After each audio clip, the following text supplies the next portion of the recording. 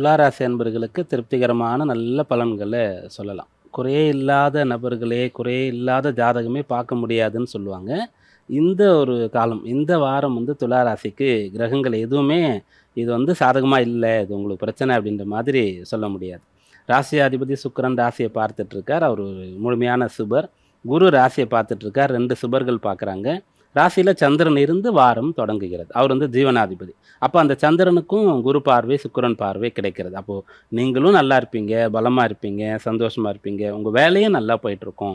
உங்களுக்கு வர வேண்டிய பணம், வருமானம் போன்ற விஷயங்களும் நல்லாயிருக்கும்.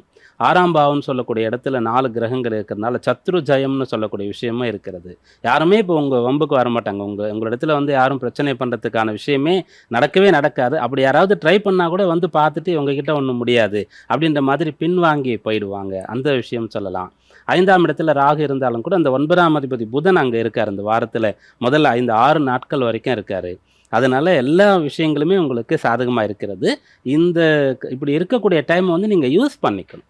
அத செய்யறதுல தான் நெறைய பேர் வந்து விட்டுடுவோம். ஏன்னா, அந்த சுக்கிரன்னு சொல்லக்கூடிய ஒரு ராசி அதிபதியா இருக்காரு.